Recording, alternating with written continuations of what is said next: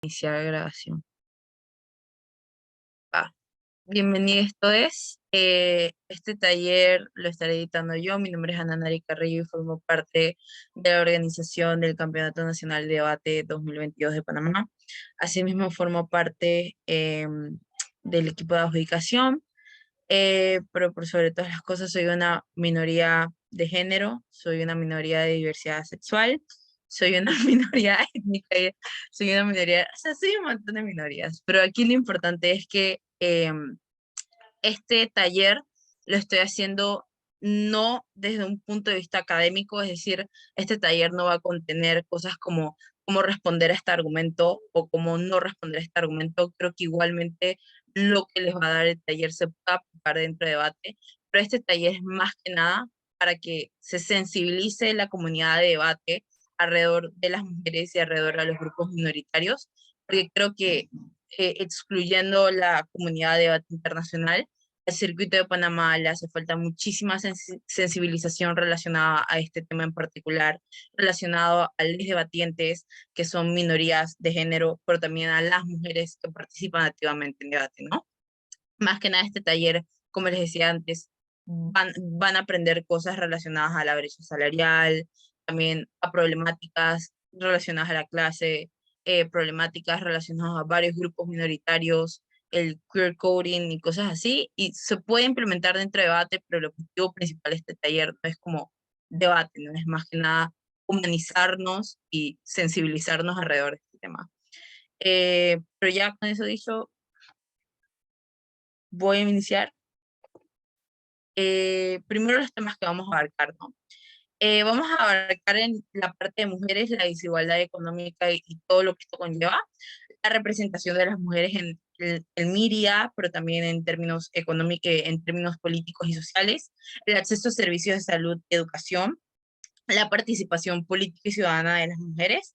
Esto va a estar un poco desglosado en mujeres que acceden a poder ser políticas y las mujeres que son activas, son ciudadanas activas, y su participación en el voto y demás cosas. En grupos minoritarios, esto lo subdividí por grupos que quería abarcar. Primero, las minorías raciales, segundo, las minorías de diversidad sexual y de género, tercero, las minorías culturales y étnicas, y por último, las minorías de clase. Aquí no estoy incluyendo a minorías religiosas porque creo que es un tema bastante amplio y no creo que un taller en donde se utilicen solamente minorías sería correcto para este taller, pero igualmente con eso yo creo que es suficiente. Eh, Primero, una sensibilización particularmente con el grupo de mujeres. Quiero que se planteen que estén en una sala de debate o estén en cualquier lugar y ustedes están con otra persona y esa persona es hombre, ¿no? Y que cuando ustedes estén a punto de hablar, alguien diga que su argumento o lo que van a decir es irrelevante o que no tomen en consideración lo que dicen solamente por ser mujeres. Porque, y creo que aquí es importante concientizarnos alrededor de esto. Creo que el circuito nacional e internacional no es un circuito inclusivo por muchas mujeres que participen activamente dentro del mismo, ¿no? Porque creo que el hecho de que haya, por ejemplo, mujeres en directivas de sociedades o de clubes de debate, de que tengamos a mujeres que sean top speakers y mujeres que tienen la categoría Open y demás, no significa que somos inclusivos, porque igualmente hay una cultura constante de segregación dentro de las prácticas de debate, ¿no? Por ejemplo, el hecho de pensar que un hombre sea mejor que una debatiente mujer solamente porque sea hombre, no porque tenga más conocimiento, porque tenga más tiempo dentro del debate, sino porque es hombre ya. Porque esto lo podemos ver alrededor de cosas como, no es que ella no se le entiende las cosas por el tono de su voz, lo podemos ver como microagresiones relacionadas a, no, pero es que esta persona tiene más tiempo en debate y claramente la otra persona es un poco más novata, ¿no? Constantemente se aminoriza la experiencia, pero también el conocimiento de las mujeres dentro de debate. Y creo que hay que sensibilizarnos para primero aprender no solamente estas dificultades que vemos de forma académica regularmente dentro de debate, sino lo que las mujeres pasan constantemente en términos sociales, económicos, políticos y culturales, ¿no? Así que me gustaría que desde un punto de vista humano viésemos que incluso si las mujeres tienen acceso a un montón de beneficios hoy en día, igualmente siguen siendo segregadas y siguen siendo minorizadas y discriminadas constantemente dentro no solamente del circuito, sino también de la propia sociedad por cosas como son la brecha salarial, las narrativas constantes de que solamente pueden ser madres y no pueden aspirar a otras cosas, o de que las mujeres no son igual de inteligentes que los hombres, ¿no? Cosas que son increíblemente discriminatorias y minorizan a la mujer y las capacidades que tiene, así que creo que es importante sensibilizarnos antes de entrar a esa parte del taller. Ya con eso dicho, primero vamos a hablar de la desigualdad económica.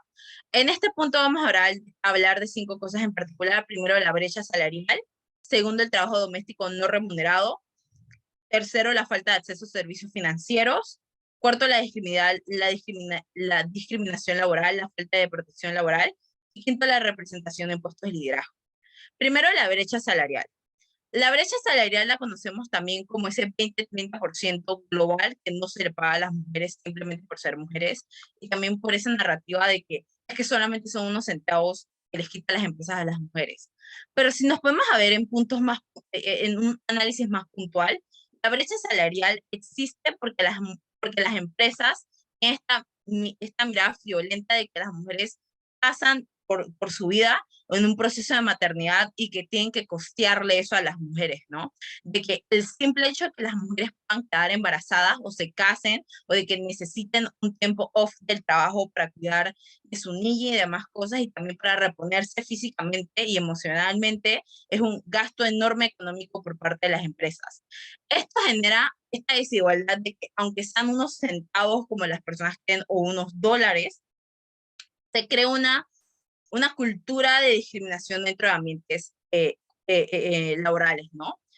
Veámoslos como si el hombre y la mujer dentro de una empresa tienen la misma posición, tienen el mismo tiempo en la misma posición, tienen el mismo rango de conocimientos, incluso la mujer tiene más conocimientos que el hombre, igualmente la mujer gana menos, ¿no? Y no hay un análisis dentro de la planilla en donde de forma objetiva expliquemos por qué es que la mujer gana menos, porque es meramente subjetivo, ¿no? Es por el hecho de que la discriminación de género en temas laborales se sigue incrementando y una falta de igualdad de oportunidades y una falta de igualdad de sensibilización dentro de los ambientes corporativos, ¿no? ¿Esto qué significa? De que si por lo menos vemos a mujeres siendo CEOs, las mujeres que llegan a ser CEOs tienen 2 cosas en particular. En su mayoría son mujeres blancas o en su mayoría son mujeres que son de clase alta, ¿no? Y creo que aquí es donde la brecha salarial hit on a point con el resto de mujeres. Pensemos en las mujeres negras, en las mujeres que son aborígenes o que son indígenas, que llegan a estas posiciones. A las mujeres que son South Asian, o las mujeres que vienen de otras minorías culturales, étnicas y raciales que llegan a tener este punto dentro de su carrera corporativa. Creo que hay muy pocos ejemplos reales de que podamos decir que estas mujeres lo lograron por, porque sí, sino o porque de verdad se lo merecían, porque hay muy pocas personas o hay muy pocas mujeres que realmente lo hayan logrado, ¿no? Esto se ve por la enorme capacidad de injerencia que tiene la brecha salarial, ¿no? Nosotros traducimos en el status quo que tener un éxito económico significa un éxito laboral. Y para que seas reconocido tienes que tener ambas cosas, ¿no? Si no tienes un éxito económico o eres una persona que gana mucho dinero, entonces estás fracasando en ambientes laborales, ¿no? Porque no te puedes sustentar cosas que ya no son necesidades básicas, sino que son privilegios o son cosas que tú quieras acceder a, ¿no?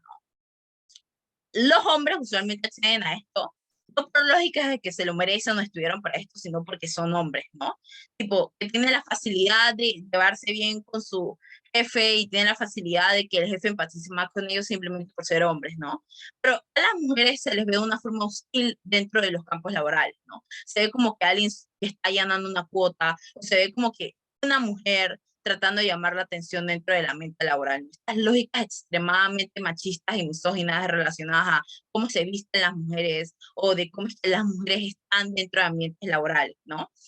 Y esto todo influye dentro de la brecha salarial, porque si nosotros traducimos que el éxito laboral es éxito económico, Entonces, sí, la mujer se le ve como un punto hostil dentro de los ambientes corporativos y empresariales, entonces la mujer no va a tener ese éxito económico. Sigue aumentando esa brecha constantemente a través del tiempo, ¿no? En lo particular, como les explicaba antes, esto afecta más que nada a las mujeres de grupos minoritarios en un punto interseccional.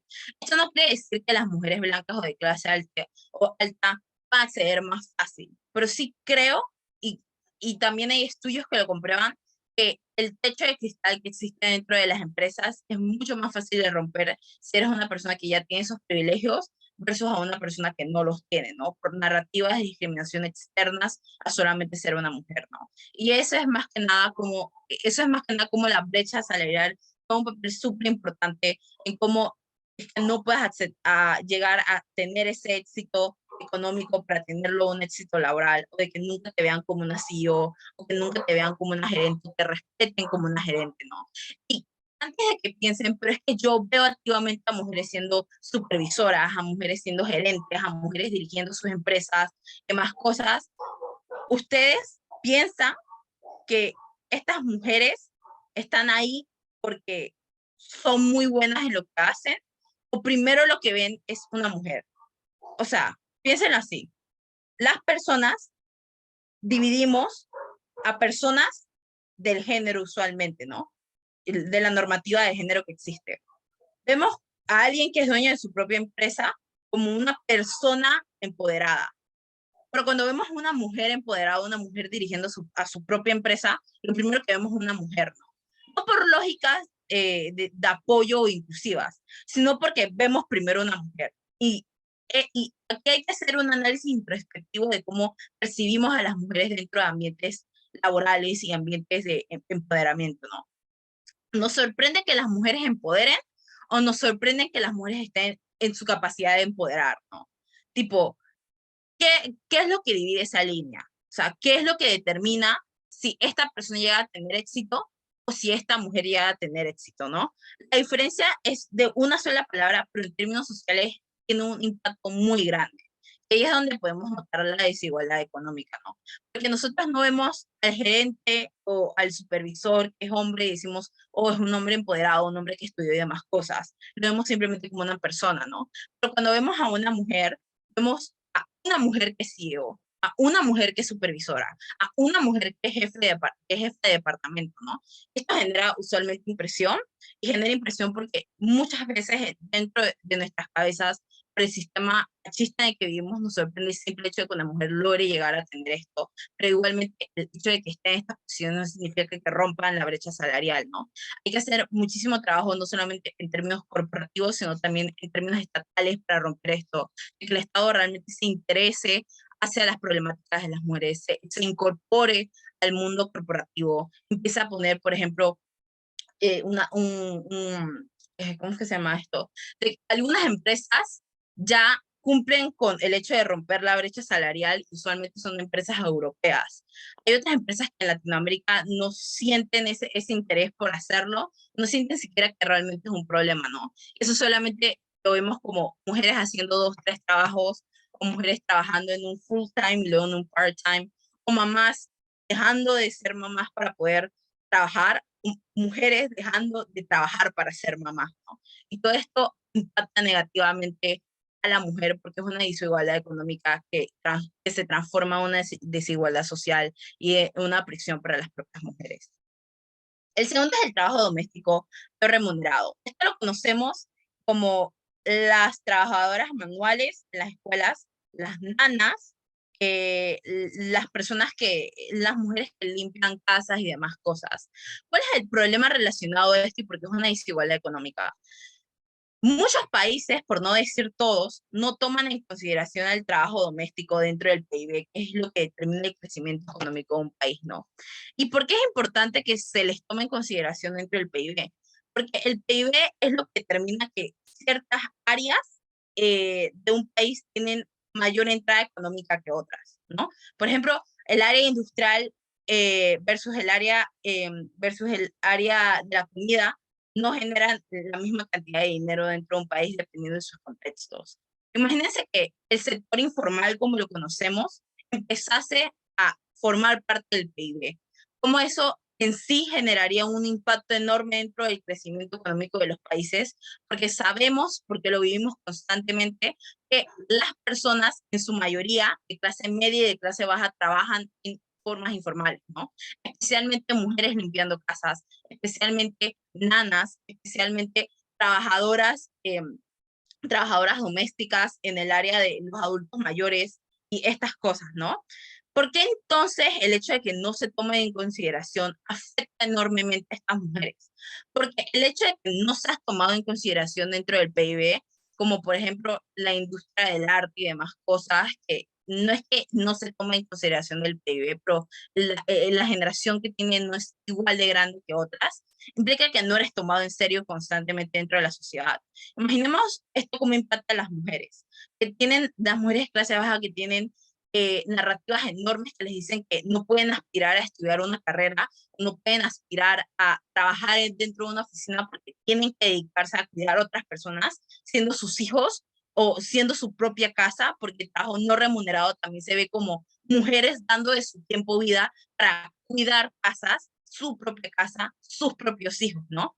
Aquí quiero que piensen en, ¿es realmente la responsabilidad de la mujer cuidar a sus propios hijos sola y dejar que, en caso tal de que tenga un esposo, vaya a trabajar y que ella se quede en la casa, cuidando la casa, alimentando a los niños, limpiando la casa, dando apoyo, apoyo educativo a los niños, criando a los niños? Esto nosotros lo conseguimos con trabajos activos dentro del status quo, como por ejemplo agencias de limpieza, en donde tú les pagas para que te limpien un lugar para un evento.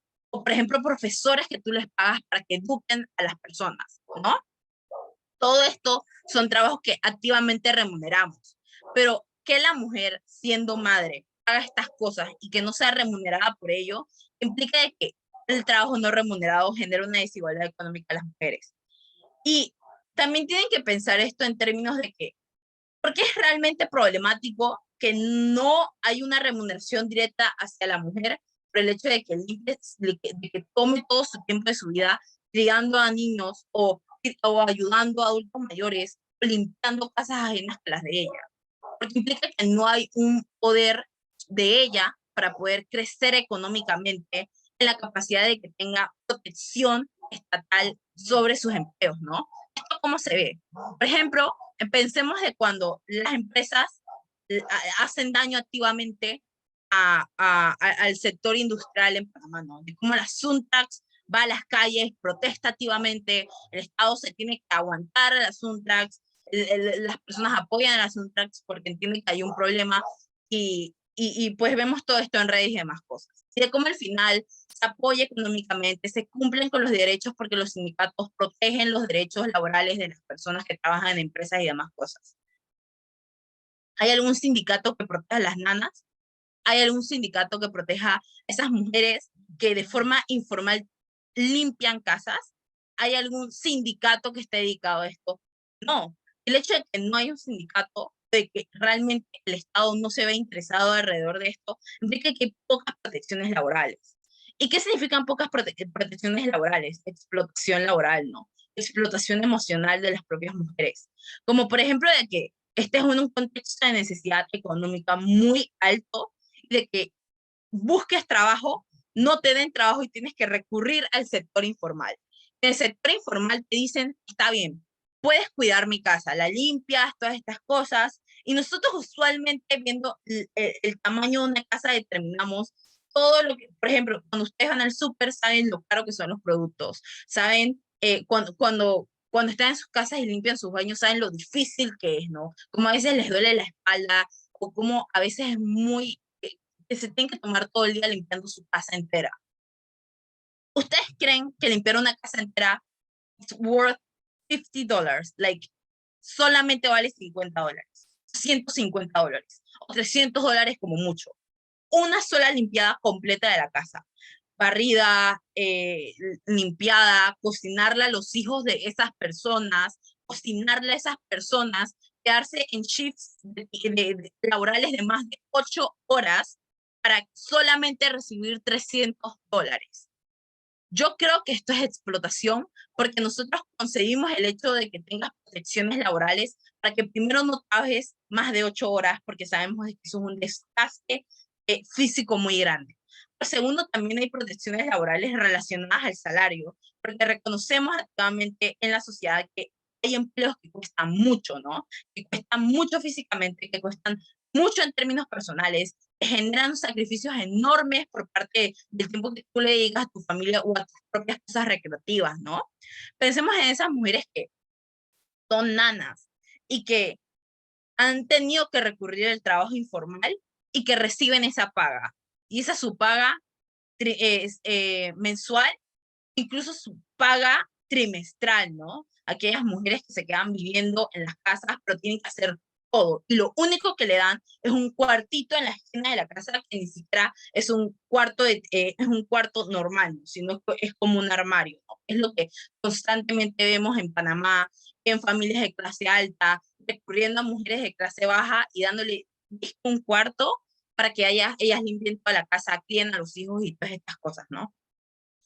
Yo creo que el simple hecho que trabajes full time, y de que trabajes más de 8 horas y de que hagas cosas que para muchas personas y que les pidan hacer en sus casas es muy difícil, porque también significa un sacrificio enorme de tiempo, no vale $300, sino que vale incluso más con un salario mínimo dentro de Panamá, ¿no? Porque es algo que haces todos los días, porque es algo que haces recurrentemente, ¿no? Y creo que el hecho de que la desigualdad económica afecta a estas mujeres implica de que tienen uno menos dinero para invertir en ellas mismas, dos tienen menos dinero para invertir en su desarrollo personal, ¿no? En estudiar, en hacer cosas que ellas quieren, a las que ellas aspiran.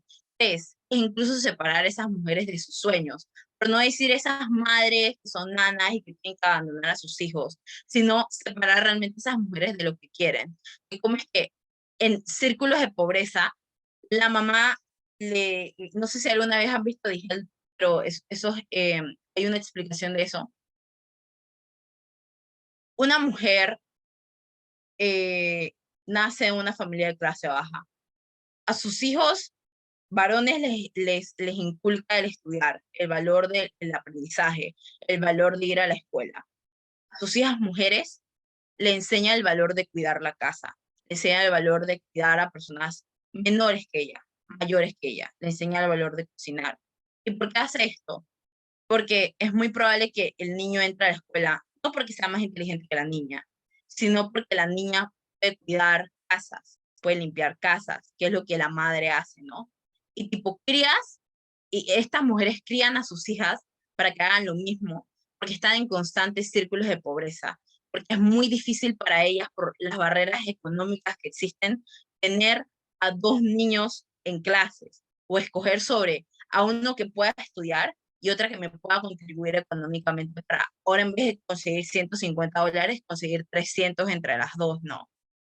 Y esto es el impacto enorme que genera que el trabajo doméstico no remunerado, el trabajo informal y las protecciones legales que tiene esto afecta a las mujeres, ¿no? Afecta a las nanas, afecta a las trabajadoras manuales, afecta a esas mujeres que se pasan todo el día tomando sol y que nos venden en la calle chicharrones o nos venden agüita y nosotros vemos a esas personas como, no es que porque hacen esto, es porque es la única forma que consiguen dinero. Esto está muy relacionado a un problema de clase que profundizaré un poco más sobre ello más adelante, pero eso afecta más que nada a las mujeres, porque las mujeres sufren de narrativas inherentemente negativas relacionadas a género por sobre los hombres, de que dicen que no son capaces de trabajar y otras cosas. La falta de servicios financieros. Esto, eh, ok, la falta de servicios financieros se ve como dos cosas. Primero, como el simple hecho de poder ir a un banco y pedir un préstamo. O dos, el simple hecho de tener una educación financiera de calidad para que puedas acceder a otras cosas que usualmente personas de clase media y clase alta tienen, ¿no? Pensemos esto así. Las mujeres están en todas sus capacidades de poder ir a pedir un préstamo al banco. Eso es lo que nosotros pensamos usualmente. Si los hombres pueden pedir un préstamo o si los hombres pueden sacar una tarjeta de crédito o débito, entonces probablemente no hay un problema para que las mujeres lo hagan. Pero pensemos en las barreras estructurales que existen relacionadas a, primero, el acceso hacia la educación financiera. Es verdad que no solamente afecta a las mujeres, sino que afecta en términos generales, pero igualmente eh, esto, igualmente el hecho de que hay una poca contribución del Estado para informar relacionado a lo financiero afecta en gran medida a las mujeres. ¿Por qué? Piensen en las últimas dos cosas que les he dicho, en cómo hay brechas salariales, pero también en cómo las mujeres usualmente recurren al trabajo informal para tener dinero y no hay protecciones laborales. Cuando ustedes piden un préstamo, a ustedes les hacen una entrevista. En esa entrevista, el sistema es altamente misógino. ¿Y por qué lo es? Porque hay una narrativa relacionada al género en donde el hombre es más objetivo y sabe invertir. Es decir, el hombre sabe gastar su dinero porque es un hombre. La mujer es más sentimental, está más arraigada a los sentimientos, a usar el dinero para invertir a cosas en largo plazo, pero probablemente lo derroche, ¿no? Tipo, el hombre sabe invertir en, por ejemplo, una casa, un auto para movilizarse a su trabajo, en un PhD, en una maestría. La mujer no, porque el prejuicio que existe es, la mujer probablemente lo va a utilizar para comprar la comida o para poder pagar el tuition fee de sus hijos, ¿no? O para hacer cosas que son estrictamente relacionadas a ver a las mujeres como madres, no a las mujeres como seres vivientes que también necesitan un carro, necesitan educación, necesitan su casa y demás cosas. El hecho de que existe esta barrera dentro del sistema bancario implica de que, no, las mujeres no accedan en la misma medida a préstamos, a tarjetas de crédito, a tarjetas de débito en la familiaridad los hombres. Esto no lo vemos mucho en Panamá, pero sí lo vemos en países de Asia, lo vemos en países como Estados Unidos, en zonas rurales, en zonas de poco acceso, ¿no? En, lo vemos en algunos países de Latinoamérica, en donde, como Honduras, en donde existe un gran prejuicio sobre cómo es que la mujer administra su dinero, ¿no? Todas estas cosas que se ven en todos estos países donde se ven relacionados, en donde las mujeres aún tienen graves, pero, o sea, claro, las mujeres aún tienen muchas problemáticas relacionadas a las narrativas, pero sí hay que asumir de que hay países que no han logrado todavía romper con algunas narrativas que son importantes para la socialización de las mujeres dentro de la sociedad, ¿no? Esto afecta en el hecho de que si la mujer no puede acceder a un préstamo, es más difícil para ella poder acceder a una casa, es más difícil para ella acceder a un carro, es más difícil para ella acceder a cosas que son necesidades en el mundo que tenemos, ¿no? Porque para muchas personas dirán, ay, pero es que es mucho más, si no puede conseguir una casa, pues que se quede viviendo con sus papás, que se quede, que busque un roomie, entonces que duerma con el roomie, es mucho más fácil pagar un cuarto que pagar una casa. Pero nosotros constantemente criticamos el hecho de que las personas cuando son adultos jóvenes no consiguen estas cosas, ¿no? De que no consiguen una salvedad económica por sí solos y de que se queden viviendo en la casa de sus padres. O vangloriamos la idea del individualismo y la independencia. Pero cuando son las mujeres se les ve distinto, ¿no? Se ve como esas personas que se tienen que quedar en la casa de sus padres hasta que pues venga alguien y se case con ella, porque hay una narrativa negativa relacionada las mujeres que tienen un padre o de que tienen o de que o las mujeres que de por sí están en un ambiente maternal y paternal, que pertenecen a sus padres hasta que venga alguien fuera de ella que diga me quiero casar con ella o quiero tener una relación con ella y ya no es una persona, sino que es pertenencia de la otra persona, ¿no? Pertenencia de su marido, que es propiedad de su novio, de su pareja, ¿no? Y esto es altamente negativo, ¿no? Porque esto implica de que si nosotros vemos a las mujeres como propiedad, no como una persona, implica de que asumimos que realmente es cierto el hecho de que no tengan, de que no merezcan acceso a los servicios financieros, porque no es una persona, sino que es un objeto, ¿no? De que no administra bien su dinero, que no tiene las capacidades para siquiera poder pensar en dónde invertir ese dinero y necesita que alguien externo a ella lo invierta o pida el préstamo o asuma la responsabilidad de pagar la casa, de pagar el carro, de pagar la educación de los chiquillos en caso de tal de que tengan chiquillos, ¿no? Y todo esto afecta enormemente la desigualdad económica que existe para las mujeres, ¿no? La discriminación laboral. Esto está, ahí puse en paréntesis falta de protección laboral, porque era algo muy relacionado con el segundo punto, pero la discriminación laboral usualmente la asociamos con el acoso laboral, ¿no?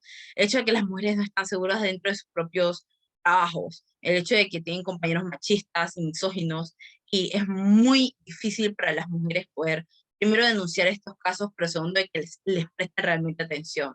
¿Y cuál es el problema relacionado a esto?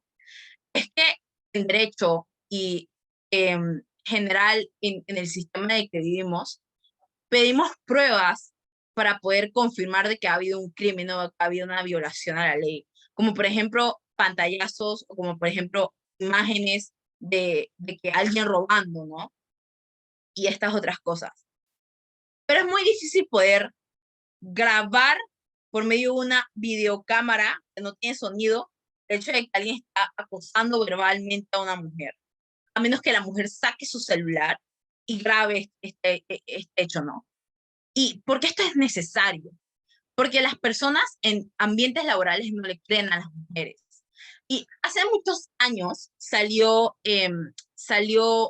algo que se volvió un meme que hoy en día no, creo que las personas no han hecho una internalización del problema de que había mujeres en Estados Unidos que decían que el aire acondicionado era machista. ¿Y por qué era machista? Porque en sus oficinas ponían el aire acondicionado muy bajo y ellas tenían un reglamento de vestimenta donde ellas tenían que ir en falda y tenían que ir en un blazer, ¿no? Y para ellas era muy incómodo porque los hombres podían venir abrigados o los hombres podían venir relajados y demás cosas. Eh, esto, pero como que se me flasheó la pantalla. Pero los hombres podían venir más cómodos para no tener el problema con el frío que las mujeres. Entonces las mujeres hablaron de este problema, pero todo el mundo lo tomó a chiste, ¿no? Dije, ¿cómo el aire acondicionado va a ser machista? Las feministas lo hacen de nuevo, diciendo cosas que no tienen sentido. Pero las personas no internalizaron el hecho de que algo simple como la comodidad a la hora de trabajar, el hecho de no tener frío, el hecho de no tener calor, que son algo que a nosotros usualmente repudiamos el hecho de poder de trabajar sudando, de trabajar con frío, y tenemos la potestad de bajar el aire acondicionado de nuestras casas, tenemos la potestad de decirle a nuestro profesor, puede bajarle el aire o puede subirle al aire porque me cuesta concentrarme. El hecho de que las mujeres no pudieran hacer eso dentro de sus ambientes laborales cuando están generando trabajo para la propia empresa y generando económicamente algo para ellas mismas, era algo que violentaba activamente sus derechos laborales, ¿no? Porque si nosotros pensamos que esto es un problema chiquito y de que las mujeres lo hicieron muy grande, entonces estamos contribuyendo a la idea de que, de la narrativa de que las mujeres inventan cosas para hacer problemas y contribuimos a esa idea machista dentro de ambientes laborales de que las mujeres se pintan las uñas para llamar la atención de su jefe o las mujeres utilizan sus uniformes para llamar la atención dentro del trabajo y contribuimos a las narrativas de acoso sexual dentro de ambientes laborales, contribuimos al acoso verbal de las mujeres, contribuimos a de que los jefes o compañeros de de las mujeres o incluso subordinados de las propias mujeres se crean más que ellas, solamente porque tienen una posición de poder social por encima de ellas dentro de aspectos de trabajo. Una vez yo estaba en una clase y era mi clase de negociación, conciliación y arbitraje, y mi profesora nos cuenta que ella estaba trabajando en una firma, ¿no? Ella era recién graduada de la universidad, estaba haciendo su pasantía y entonces ya tenía experiencia, o sea, ya estaba como de hace meses en la posición donde estaba y su jefe se fue de viaje y dejaron a alguien ahí de reemplazo. Y esta persona empieza a hablarle de forma hostil a ella durante todos los días que se queda ahí, ¿no? Y ella, eh, por miedo a perder su trabajo, no le dice nada, y no le dice nada, y no le dice nada. Y el abuso verbal que había pasado de decirle groserías a gritarle, comenzó a atacarla físicamente, ¿no? Y a agarrarla por los hombros y decirle, no, pero es que no piensas o que like, así no se hace el trabajo y demás cosas. Y ese fue el punto de estalle para que mi profesora se diera cuenta que estaban acosándola dentro de su propio trabajo y que ella no tenía poder sobre esto, ¿no? El lado positivo de esto es que dentro de la oficina de mi profesora habían personas que no estaban muy de acuerdo con el comportamiento de ese suplente, que obviamente llamaron a su jefe eh, y pues se le castigó a esta persona. Pero hay muchas mujeres que no están en esos ambientes donde hay apoyo hacia ellas, en donde vemos que el acoso laboral es algo normal y que la mujer se queje es un problema de la mujer, ¿no? Esto es activamente negativo, porque contribuimos a la idea de que la exageración de que es un problema exagerado por la mujer, de que realmente es un acoso y que esto afecta directamente a las mujeres. Esto es una desigualdad económica, porque el hecho de que por lo menos te quejes implica de que probablemente tu jefe te quiera despedir, de que probablemente te tengan tirria dentro del trabajo, o de que probablemente el hecho de que seas activamente discriminada laboralmente, aparte ya en términos económicos, porque no te pagan lo que te deberían de pagar, implica de que tengas que renunciar a tu trabajo si quieres estar segura. Y esto implica dejar de recibir una entrada económica. Y esto que implica no tener éxito económico, no tener éxito laboral y seguir en los ciclos de pobreza que existen, en donde las mujeres se quedan encerradas, ¿no?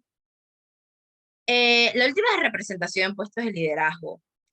¿Esto cómo lo vemos? Lo vemos por una parte en ambientes corporativos, en ambientes educativos y en ambientes políticos, para dejar de lado lo social.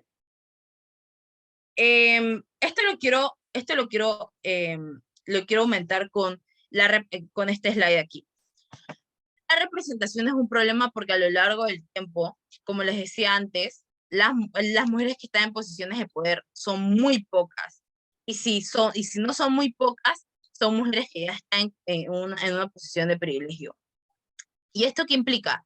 De que el Estado, las propias empresas han querido solucionar esto porque quieren tener una imagen después del movimiento sufragista y que realmente le importa a la mujer, realmente le importa que la mujer se sienta empoderada y que se sienta segura y que haya mujeres como jefas, como supervisoras, como políticas, como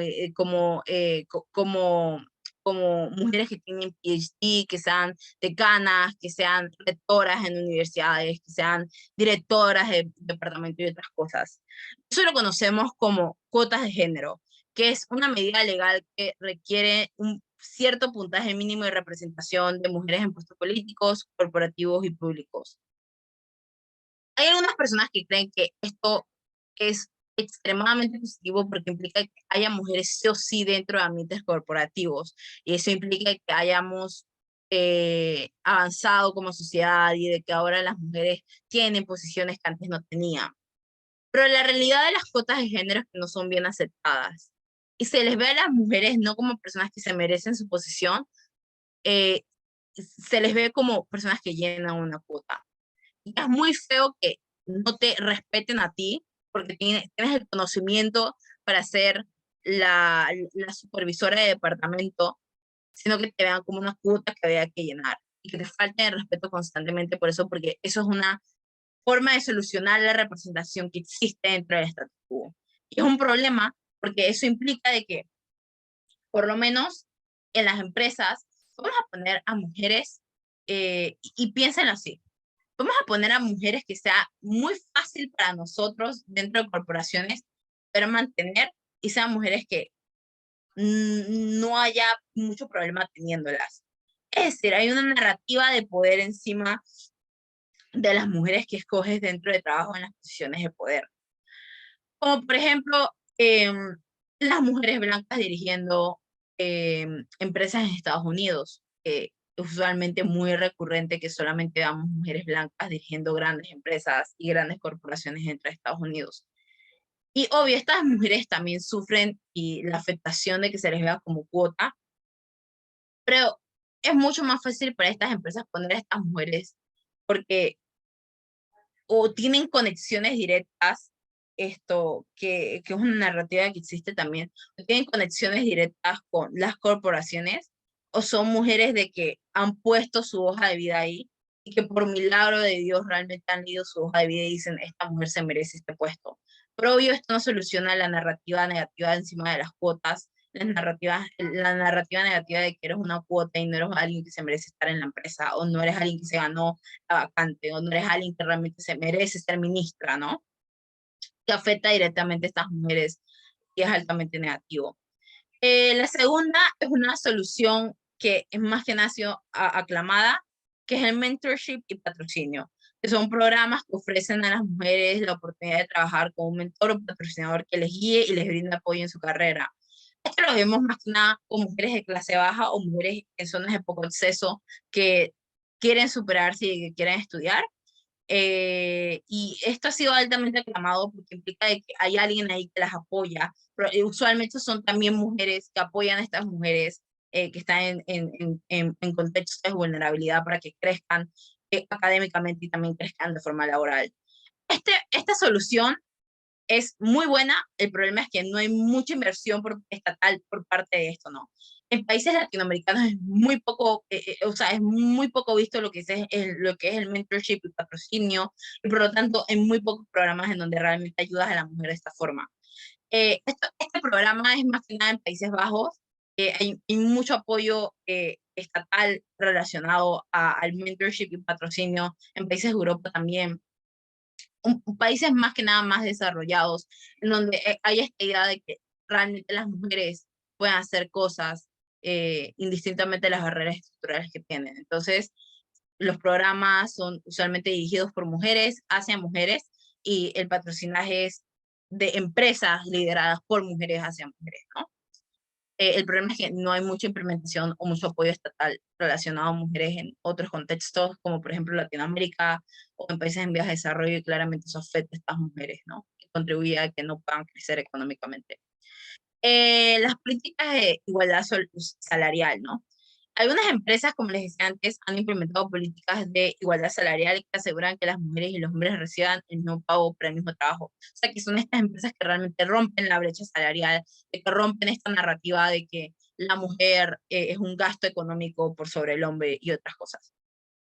Em, esto, no les puedo decir que empresas en Panamá lo han logrado, porque realmente no he hecho un research seguro de cuáles son esas empresas, pero sí les puedo decir de que por lo menos en países latinoamericanos hay muy pocas empresas que hacen esto, muy pocas transnacionales o muy pocas mm, eh,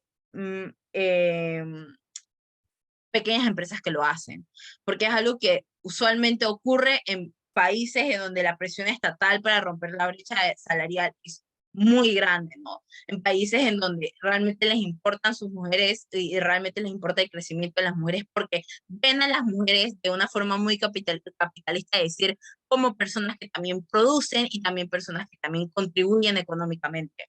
Pero hay otros países en donde no se les ve como esto, sino que se les ve como madres o como personas que cuidan y por lo tanto no pueden aspirar a tener las mismas políticas porque en un momento van a ser madres, se les va a tener que pagar maternidad y probablemente van a tener que dejar de trabajar por criar a sus hijos y demás cosas, ¿no? Entonces el problema relacionado a esta política es el apoyo que existe relacionado a esta política en los países que existen, ¿no? Eh, la siguiente es las campañas de sensibilización y educación. Esta personalmente es una de mis favoritas. Estas campañas ayudan a concientizar a las personas sobre la importancia de la igualdad de género, a promover una cultura empresarial más inclusiva y equitativa. Hay muchísimas, pero muchísimas empresas que cuando entras hacen clases de sensibilización y educación de la equidad, ¿no? Muchas. Empresas como por ejemplo Dell, de que que empiezas a trabajar y Dell es una de esas pocas empresas internacionales que realmente tiene políticas que apoyan a las mujeres, políticas que apoyan a grupos minoritarios dentro de su propia empresa y demás, que hacen capacitaciones relacionadas a la sensibilización, capacitaciones relacionadas a la educación de género, capacitaciones relacionadas a las distintas dificultades que tienen las mujeres a la hora de entrar a las empresas, ¿no? Esta realmente no tiene ningún problema y el problema es más que nada relacionado al último, ¿no? ¿Cuántas son las empresas que lo hacen? ¿Qué tanto se hacen estas campañas de sensibilización y educación? ¿Qué tanto apoyo estatal tienen? ¿Cómo rompen las narrativas, no? Tipo, el problema relacionado a más que nada todas estas medidas es que hay narrativas que hay que romper, pero la falta de apoyo o como la glorificación de esas narrativas machistas y misóginas no ayudamos y no hacemos que el mundo corporativo y empresarial sea para las mujeres, sino que sea en contra de las mujeres, ¿no? Eso obviamente afecta a la representación porque se incentiva en gran medida el apoyo hacia la mujer, la empatía hacia la mujer dentro de las corporaciones. Ok, los últimos dos son la formación y desarrollo de liderazgo y la flexibilidad laboral. La formación y desarrollo de liderazgo es brindar a las mujeres clases o la oportunidad de adquirir habilidades y conocimientos que les permitan desarrollarse en sus carreras. Esto lo vemos como, por ejemplo, estos cursitos que le regalan a las mujeres o que se los ganan relacionados a no solamente cosas como manualidades y demás, sino también como manejo del dinero, administración del tiempo, administración del dinero, ¿no? Cosas que son más que nada relacionadas a cultura financiera. Em, esto es algo que en los últimos años se ha tratado de implementar en Panamá, de que Fundación Buenos Vecinos se ha interesado en cómo generar estos programas que son más que nada relacionados a la educación financiera de las mujeres y también de propios programas dentro de universidades que generan estos grupos estudiantiles para las mujeres y que les dan estos cursos y de que buscan personas que están capacitadas para darle estos cursos a las mujeres, ¿no? Como en la Universidad Tecnológica de Panamá, hay diversos grupos estudiantiles que son para las mujeres en grupos de STEM, entonces hay un gran recorrido relacionado a mujeres ayudando a mujeres a adquirir más habilidades para poder desarrollarse en el mundo laboral, ¿no? El problema de esto es el mismo que el anterior, hay muy poco apoyo por parte, o sea, no hay un auge de esto, por lo tanto hay muy pocos incentivos a invertir en esto y esto obviamente afecta en gran medida a la mujer. El último es la flexibilidad laboral.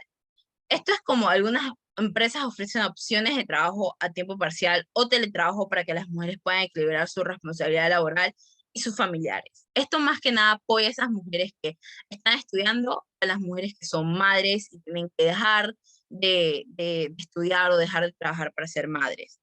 Eh, Realmente este punto en particular yo no lo he visto mucho en Panamá, sino de que he visto lo mismo de siempre, de que eres estudiante, te damos part-time sin problema, o puedes tener 40 minutos de tu horario laboral haciendo lo que quieras y demás cosas, cuando esto realmente no apoya a las mujeres eh, porque las mujeres necesitan estar o con sus hijos o dentro de su propio aula de estudio para poder aprender, ¿no?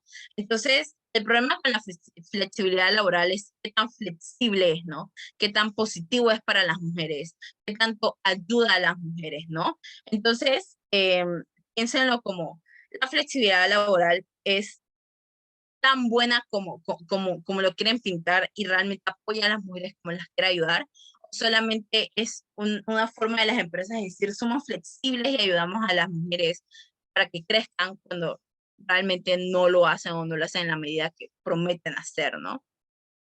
Eso es por la parte de representación. Ay, me pasé. Ajá.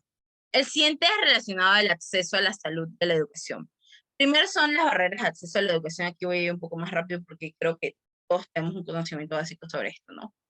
En muchos países las niñas aún son discriminadas en el acceso a la educación y tienen menos probabilidades de asistir a la escuela o completar su educación en comparación con los niños. Esto era básicamente el ejemplo que les di al inicio del taller, de cómo los círculos de pobreza siguen generando esta idea de que las niñas solo pueden hacer trabajos de casa o oficios y no tienen la capacidad de ser estudiantes o de trabajar y trabajar formalmente y otras cosas. La segunda es la falta de acceso a la atención médica, la falta de acceso a servicios de salud de calidad, incluido el acceso a anticonceptivos y servicios de planificación familiar, puede tener consecuencias graves para la salud y el bienestar de las mujeres. Perdón. ¿Esto cómo lo vemos? Por ejemplo, en zonas de difícil acceso o en comunidades rurales donde hay muy, pero muy pocos hospitales. Hay muy pocos muy pocas clínicas relacionadas a la ginecología, perdón, a la ginecología y a cosas que estrictamente son para mujeres, ¿no? El hecho de que tengamos una falta de acceso a esto implica que las mujeres no se puedan hacer sus chequeos usuales, ¿no? Sus chequeos mensuales o trimestrales. Y esto implica de que la mujer no pueda tener la capacidad para, primero, ver si está bien, o segundo, ver si no necesita alguna atención médica particular, ¿no? Nosotros que tenemos acceso porque vivimos en la ciudad, es mucho más fácil poder ir a un hospital o hacer una cita con un ginecólogo que las mujeres que están en zonas de poco acceso porque físicamente no hay hospitales. Pero segundo, a las mujeres de clases bajas porque es muy difícil poder pedir una cita de un ginecólogo y que te atiendan o que no sea costoso, ¿no? Y obviamente esto está muy ligado al hecho de que las mujeres no crecen económicamente y todo lo que les decían, y todo lo que les decía, pero también está muy ligado al hecho de que los ginecólogos y los centros ginecológicos no son algo aparte como lo son las clínicas o la odontología y otras cosas, ¿no? Tipo, son para la gran masa de mujeres que existen dentro de los países, yo creo que es obvio el hecho de que pudiéramos tener una clínica únicamente de ginecólogos, porque las mujeres usualmente acceden a esto porque necesitan acceder a esto, ¿no? No es algo tan simple como irse a limpiar los dientes con el odontólogo, sino es algo de cuidarte contra el Papa Nicolau, cuidarte contra enfermedades de transmisión sexual, cuidarte de trastornos en el endometrio, cuidarte de trastornos menstruales y otras cosas que las mujeres, por tener un poco acceso a la salud y a la educación menstrual, sufren, ¿no? Eso claramente afecta. Lo tercero es muy ligado a lo segundo, que es la salud menstrual. La falta de acceso a productos higiénicos y servicios de salud adecuadas puede llevar a complicaciones relacionadas con la salud menstrual y aumentar el riesgo de infecciones. Hace muy poco, literalmente hace una semana más o menos, hubo una ola de comentarios de si realmente quitarle 7 centavos o quitarle el impuesto rosa a los cótex y a los tampones y demás, iba a hacer algo. Había personas que decían que no, porque esto no iba a ayudar a las mujeres de clase baja, y había personas que decían que sí, porque 7 centavos es mucho para muchas personas, ¿no? O $1 es mucho para otras personas, ¿no? Y la narrativa del impuesto rosa, de que el hecho de que las empresas se aprovechan de que las mujeres menstruan y otras cosas para pues sacar dinero de esto. Recuerden lo que les dije sobre la sensibilización. Aquí vamos a entrar un poco más en grupos minoritarios. A mujeres de clase media, a mujeres de clase alta, no les cuesta acceder a tampones o no les cuesta acceder a cótex, porque probablemente tengan la solvencia económica para no preocuparse por ello, ¿no? Las mujeres de clase baja es muy probable que los cótex o los tampones, o siquiera el papel higiénico que a veces se tienen que usar, eh, sea accesible, porque las narrativas capitalistas hacen que los precios aumenten, ¿no? El hecho de que las mujeres no puedan acceder siquiera a una toalla sanitaria implica de que estamos muy mal, porque todo el mundo es consciente de que las mujeres menstruan, pero nadie es consciente de todo lo que viene relacionado a la menstruación, los cólicos, los dolores que genera esto, ¿no? Incluso de cómo muchas mujeres han terminado desmayándose por el dolor que esto causa, ¿no? El poco apoyo de la salud que existe relacionado a la salud menstrual. Esto claramente es un problema. El hecho de que siquiera estemos pensando en poder ayudar a las mujeres implica de que sí se puede hacer algo, ¿no? Me apareció un chat, sí, exacto, ¿no? Tipo, para muchas personas esto no es un problema, pero para otras sí, especialmente esas mujeres que están en clases bajas, ¿no? Por eso hay que sensibilizarnos, entender de que quizás no es mucho, pero sí es mucho para alguien más, ¿no? No es mucho para mí, pero sí es mucho para una mujer en zonas rurales o en zonas de poco acceso. es mucho para una mujer que no tiene casa y que es homeless, ¿no? Tipo, es mucho para esas niñas que tienen que trabajar para poder acceder a tener sus toallas sanitarias y todas estas otras cosas. Y el último es la contribución del Estado. El Estado también contribuye activamente a la inigualdad a través de políticas y programas que no están diseñados para abordar las necesidades específicas de las mujeres. Aquí es donde llega el debate de, ¿el Estado realmente puede representar a todos o el Estado tiene que cumplir con la mayoría? Em, Realmente la narrativa de la mayoría solamente existe cuando le conviene a los hombres, porque en gran masas, en niveles latinoamericanos, gran parte de los países tiene más mujeres que hombres, y sin embargo, hay una contribución enorme del Estado para no tener una igualdad de políticas, una igualdad de programas que apoyen a estas personas. Y esto claramente es un problema, ¿no? Porque esto reafirma la narrativa de que el Estado es parte del problema, el Estado es parte y el Estado es machista, ¿no?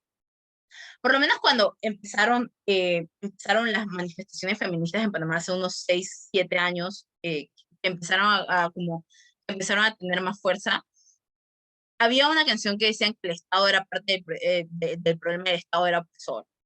Las personas decían de que no es que el Estado te da tu trabajo, el Estado fue el que te ayudó a que tú quieras votar, el Estado es el que te ha apoyado, ¿no?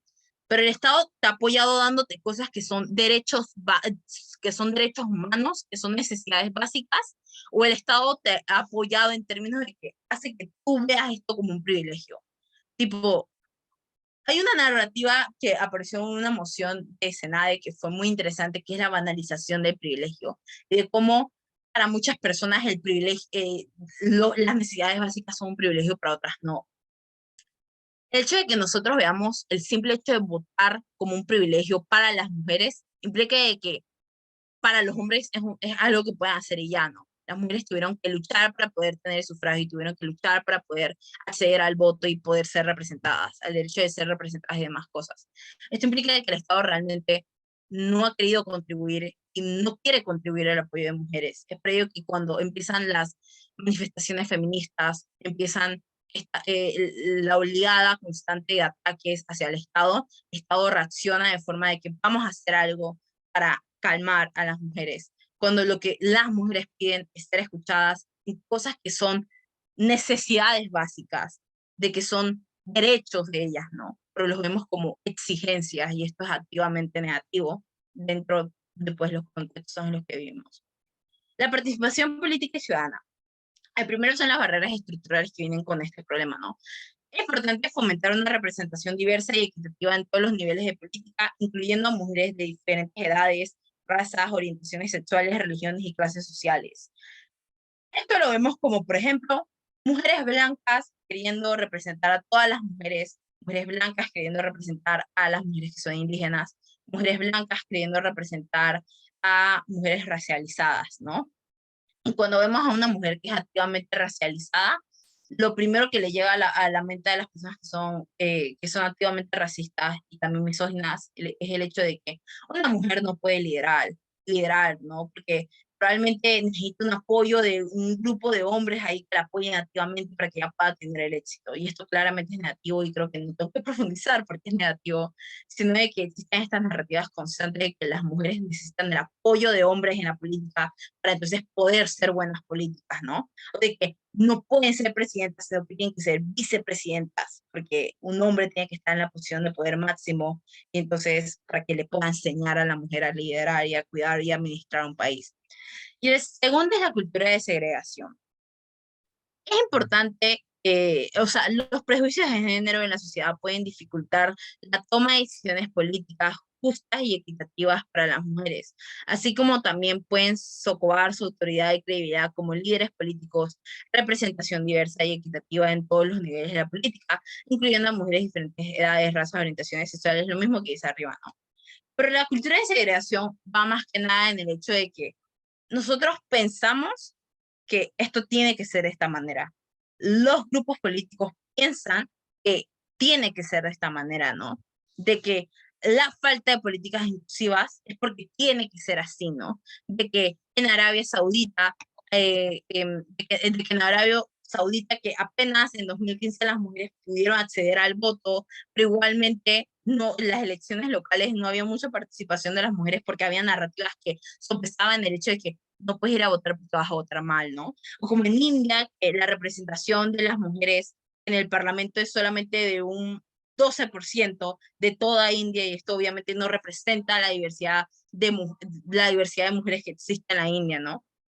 O en toda América Latina, ¿no? De que la participación política de las mujeres es muy, muy, muy poca, y obviamente hay que cambiar esto. Y también en Sudáfrica, en cómo es que, que este país dice que la violencia de género dentro de la política está justificada, porque el hecho de que el candidato del partido político que es hombre que te haga daño porque tú no sirves para liderar un país, sino para liderar una familia, está justificado, ¿no? Em, yo no sé si alguna vez han leído el Pacto Ético Digital y Electoral, pero básicamente hay una protección en particular, que es que los políticos entre ellos durante campaña electoral em, no ataquen a las familias de los otros políticos. Esto nació porque hubo un momento en Panamá en donde que era muy recurrente de que los políticos atacasen a las esposas de los políticos, ¿no? O sea, no atacasen a la campaña electoral, no atacasen a sus propuestas, sino que atacasen a la esposa. Y hubo mucha gente que lo justificaba porque no es que detrás de un gran hombre hay una mujer, y por lo tanto, si ese gran hombre es malo o no hace bien las cosas, probablemente su esposa es la mala, ¿no? O su hija es la mala, y todas estas narrativas que afectan intrínsecamente a la mujer. Más que nada, la participación política y ciudadana de las mujeres se ve obstruida por el hecho de que vemos a las mujeres como amenazas en grupos políticos, amenazas a la hora de que puedan votar, ¿no? Incluso si ahora las mujeres pueden votar, porque físicamente pueden hacerlo, igualmente vemos una amenaza de que la mujer tenga una decisión sobre el país, de una decisión sobre los líderes políticos del país, de que las mujeres tengan un derecho a poder manifestarse o a poder ser elegidas, ¿no? Y obviamente esto es negativo, ¿no? Ahora los grupos minoritarios. Primero la sensibilización. Quiero que tomen todo lo que les he explicado de mujeres y entiendan que también hay mujeres que son racistas, hay mujeres que son homofóbicas, hay mujeres que son xenofóbicas, hay mujeres que contribuyen a la desigualdad de clases, hay mujeres que son activamente malas y que discriminan a otras mujeres, discriminan a otros grupos minoritarios, porque incluso si las mujeres son un grupo activamente vulnerable en la sociedad, hay mujeres que incluso si tienen todos estos problemas, afectan a otras mujeres y afectan a otros grupos, ¿no? Esta es la lógica de la interseccionalidad. Hay necesidades y hay problemas diversos en la sociedad que hay que atender, porque no todo se resuelve con una política general, no todo se resuelve diciendo, ay, yo voy a implementar esto, porque probablemente esto ayuda a la gente de la ciudad, pero no ayuda a las personas afuera de la ciudad, no, porque los grupos minoritarios son aquellos que son inferiores en términos de números, pero son altamente vulnerables, como las personas de la comarca, las personas que tienen una diversidad en la orientación sexual o que su género es no binario, ¿no? O las personas racializadas, las personas con diferentes religiones, que sufren marginación constante dentro de la sociedad exactamente porque son minorías. Eh, esto, la lógica de la interseccionalidad dice que incluso si tú eres parte de un grupo minoritario, puede que tengas privilegios. Como por ejemplo, las mujeres que son queer, pero son de clase alta y son blancas.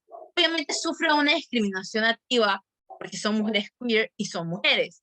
Pero obviamente no tienen dificultad de acceso porque son de clase alta y tampoco sufren de la violencia policial o sufren de las lógicas racistas porque son blancas, ¿no? Tipo, la lógica, la sensibilización que ve acorde a esto es que hay diversos problemas dentro de nuestras sociedades y estos problemas no los atendemos porque carecemos de empatía como seres humanos. Y al carecer de empatía no entendemos por qué está mal hacer comentarios microagresivos acerca del cabello de alguien o acerca de la cultura de otras personas, ¿no? Y todas estas cosas que voy a pasar a explicar en mayor medida en siguiente slide. Primero con la discriminación racial. El sistema policial. Pensemos, por ejemplo, en Estados Unidos, en el BLM, en el Black Lives Matter, en cómo por años el sistema policial ha sido activamente racista y no se preocupa por hombres blancos o por personas blancas cometiendo crímenes, o si cometen crímenes no les atacan o no los asfixian, pero si ven a alguien que es una persona racializada, que es una minoría racial, haciendo algo o pensando que hizo algo, porque en gran medida en Estados Unidos son asunciones de la mala vista sesgada por el racismo de los policías que asesinan a estas personas, ¿no? O hay una represión policial muy grande. O como, por ejemplo, manifestaciones en donde el sistema policial no se fija en esas personas que son blancas, sino que se fija en esas personas que son negras, porque la lógica racial, la lógica discriminatoria racial es: una persona negra es agresiva y por eso tengo que meter presa a esa persona negra, tengo que prevenir que me haga algo, ¿no? Estas lógicas extremadamente negativas. El sistema policial es racista a nivel global, porque está esta narrativa de que las personas racializadas son peligrosas y que pueden afectar físicamente a otras personas. Esto obviamente es negativo porque no es cierto, no es una generalidad, afecta negativamente, pues, que afecta negativamente a estas personas. Porque si alguna vez han visto Shameless o estas series de televisión que se concentran en esto, vean cómo usualmente hay comentarios, microagresiones por parte del sistema policial hacia estas personas que son negras. El hecho de que exijan algo que no se lo exija a alguien que es blanco, ¿no? Y estas cosas que son activamente negativas porque demuestran que el sistema policial es negativo y la represión policial es activamente segregante hacia las personas racializadas. Ahora el sistema de salud racista. Eh, Esto afecta más que nada a las mujeres. O sea, obviamente también afecta a los hombres que son negros o hombres que son nativos, hombres que están racializados, pero afecta a las mujeres porque, y no sé si lo saben, cuando una mujer está en labor de parto, puede pedir que se le inyecte, se me acuerda el nombre de la inyección para poder sopesar un poco el dolor. Pero por mucho tiempo y aún actualmente, cuando las mujeres, particularmente negras, piden esta inyección, no se las dan o ni siquiera se las dan como opción, porque la lógica es que las mujeres negras aguantan más dolor que las mujeres blancas. Y por ello es que las mujeres blancas pueden acceder a esto, pero las mujeres negras no. Y entonces, muchas mujeres, hay un índice de muerte en labor de parto por parte de mujeres negras, porque no acceden a esto, porque sufren activamente esto, porque no tienen apoyo médico durante la labor de parto, porque se les ve como que pueden aguantar más y que sufren activamente esto, no es un problema, ¿no? La epidural, exactamente.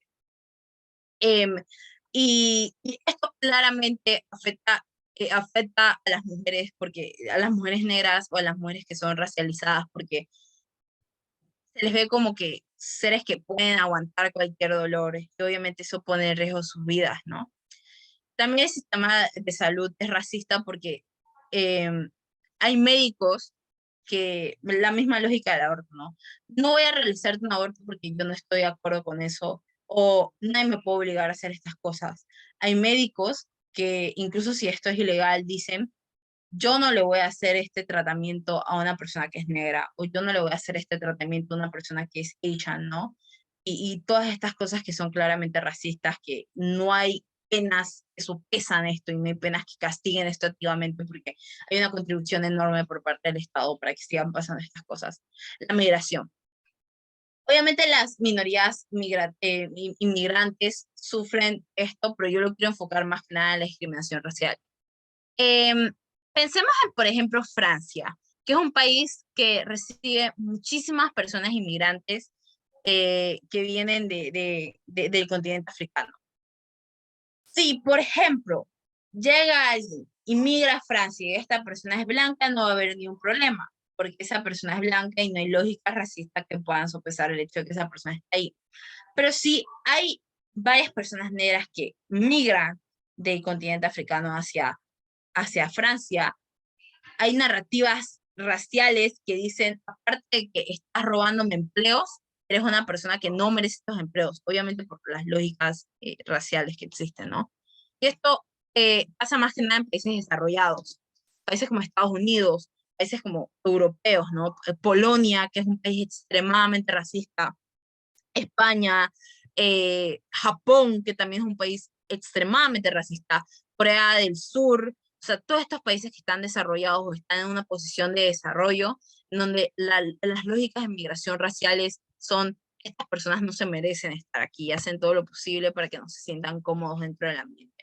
Las narrativas de estereotipos, creo que no tengo que profundizar mucho en esto porque ya las conocemos, narrativas de que son malas personas y otras cosas simplemente por su color de piel o por su raza, ¿no? Las políticas antiminorías raciales. Estas políticas de cero protección hacia las minorías, o cero empatía hacia las minorías, ¿no? Tipo de que, por ejemplo, el Estado no apoya, no apoya activamente a las personas que son indígenas y de que les ve como personas exageradas o personas que quieren irrumpir con el orden democrático que existe y muchas lógicas que son, perdón, se me está acabando la tía, que son activamente negativas. El hecho de que existan políticas antiminorías raciales en donde estén clavadas en la Constitución y en donde las personas no puedan siquiera tener un apoyo de su propio país, en donde puedan poder denunciar estas cosas, implica de que la discriminación racial por parte del Estado es muy grande, ¿no? De que el Estado, aparte que no permite que minorías raciales participen en la política, no se merezcan participar en la política, ¿no? Porque el Estado contribuye a estas políticas que son antiminorías. Las microagresiones que se ven como, por ejemplo, comentarios que para nosotros son inocentes o no son de mala fe, como el hecho de que en los bancos le digan a personas que su textura de cabello es de C y es C y D, tienes que hacerte la plancha para poder trabajar aquí. O tienes que tener el cabello recogido para poder estar aquí. Pero no hay ese problema con, por ejemplo, mujeres que tienen cabello lacio. Y la lógica es obviamente racista, ¿no? Pues, la lógica que utilizan los bancos es, no es que para que eso no tenga problemas a la hora que vas a trabajar. Pero obviamente esto es racista porque no te preocupas por el funcionamiento del trabajo, porque de por sí no es un problema para estas personas, te preocupas porque es racista, y ya pues, porque eres racista y listo. Y aquí hay algo que me gustaría enfatizar sobre las microagresiones, antes de pasar a diversidad sexual. Hace unos días fueron los Grammys, y ojo, yo no voy a hatear a Harry Styles, pero Harry Styles se ganó un Grammy y se paró. Y esto lo puedo profundizar con diversidad sexual y de género.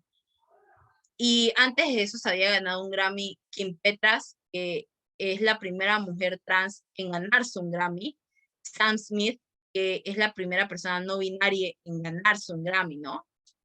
Y Harry Styles, siendo un hombre cis queer, dice, esto no le pasa a muchas personas como yo. Ahora,